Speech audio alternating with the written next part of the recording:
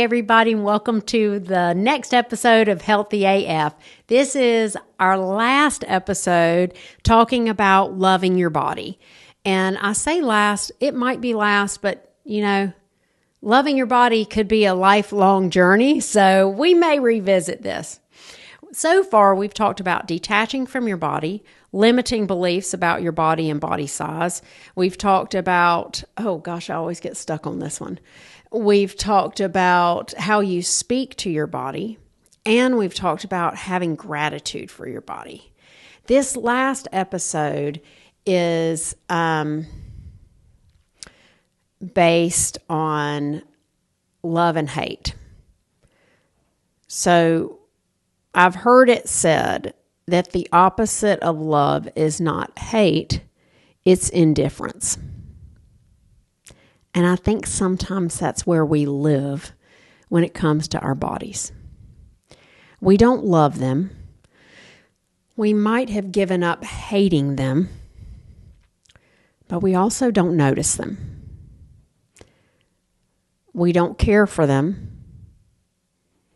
We take them for granted and expect them to be there for us. And we just never take the time to really be with our bodies. This is top of mind for me today. I'm here in Hickory with my mom, and she is a really healthy 82-year-old woman. She is physically active and pretty stubborn. So she does what she wants to do when she wants to do it. And for the most part, her body has always complied, aside from being a little clumsy. And this summer, her body did not comply. And so she has, for the first time really in 82 years, been presented with needing to pay attention to her body. It's not something that comes easy for her, and it's not a habit that she's used to. She's used to, you get in the car and drive it, but you don't ever change the oil or fill it up with gas or get it washed. That's how she's treated her body. She does the minimal things, but not the extra things. Now the extra things are coming up and demanding to be done. So I wonder, what time do you spend really with your body? And there are so many ways to do that.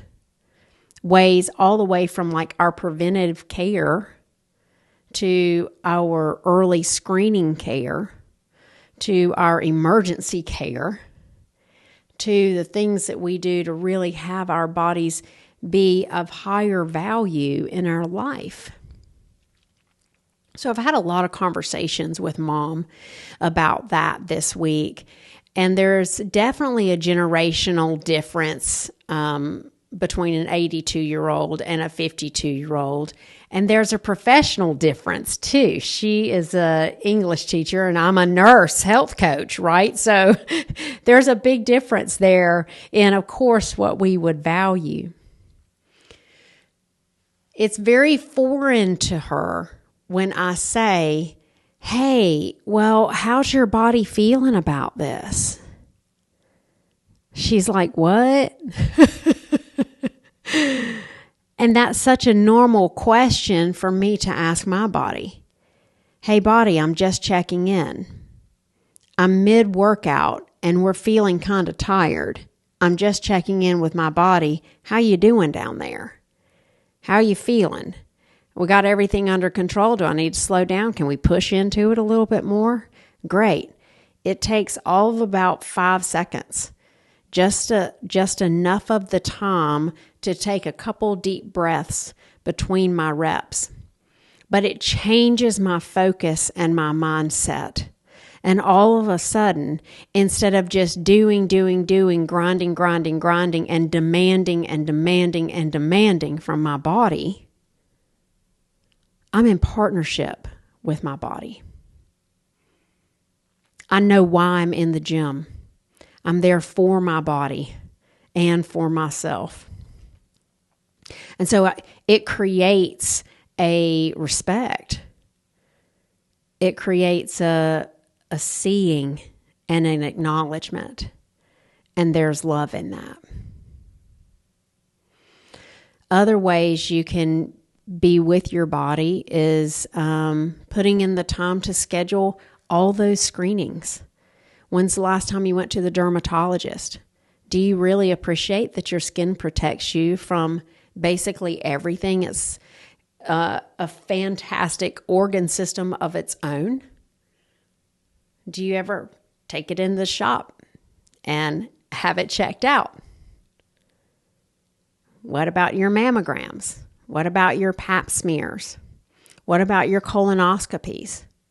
What about your calcium score? Calcium scan score? All of those sort of preventive measures, taking the time to check in, see how that body's doing. And then further from that, the time to put into that body savings account. Hey, body, it's great for me to exercise on the daily. It's great for me to eat good food on the daily. It's great for me to check in, like, am I getting enough sleep? Am I rested enough? What's my hydration feeling like? Really checking in. You know, I can remember being on 12-hour shifts, and you scan in. We had to scan in. We had a 6-minute window from 6:27 to 6:33 a.m. or p.m. We could scan out and then scan in and scan out. And there were times that I'd finish that 12-hour shift and I would notice that I hadn't eaten, drank, or peed. I was just ignoring everything my body might need. I didn't know how to check in with my body. I didn't know how to just stay aware of, like, hey, this car you're driving down here from your ears down actually has needs. So you might need to check the gauges every once in a while. I didn't know how to do that. I knew how to ignore and grind and demand. Now I know better, and I love her up. And when I notice her, I can take care of her. The alternative of not noticing your body is having that savings account kind of depleted because there haven't been any deposits in there. And there might not have been any screenings in there, just the double checks. So then our bodies end us up over here. And now you have to pay attention to me because you just had a heart attack. Or now you have to pay attention to me because you just ruptured an Achilles tendon. So either way, paying attention to your body is going to happen. I'd like for us to learn to stay up in this area where we're doing our screenings and we're putting deposits into our health savings account. And we're watching our body. We're checking in with her. We're like having the quiet time that we need. We're having the social time we need. We're asking, like, are we ready to push harder on this workout, or do we need to fall back and recover? We're doing all of that noticing of this beautiful, miraculous thing that walks us around every day. And if you don't choose to do that, likely you will have an emergency session of pay attention to me because we just had a stroke or whatever it is.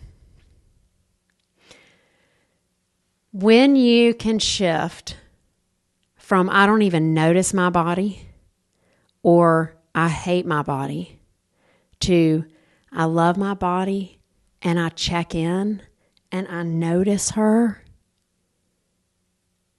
your actions look different. They're not perfect, but they look different and they feel different. And that's my hope for all of us, is that we continue feeling grateful and loving toward these beautiful miracles, and that we continue growing in then how we nourish it. And don't forget, you're not alone in this, man. Society is not supporting you in this journey. If you need a conversation, you can just go right to my website and get some free time. See what coaching could do for you and your mindset. It's not worth walking around hating yourself. You don't have to live like that. Give yourself a lot of grace and show up for next time on Healthy AF.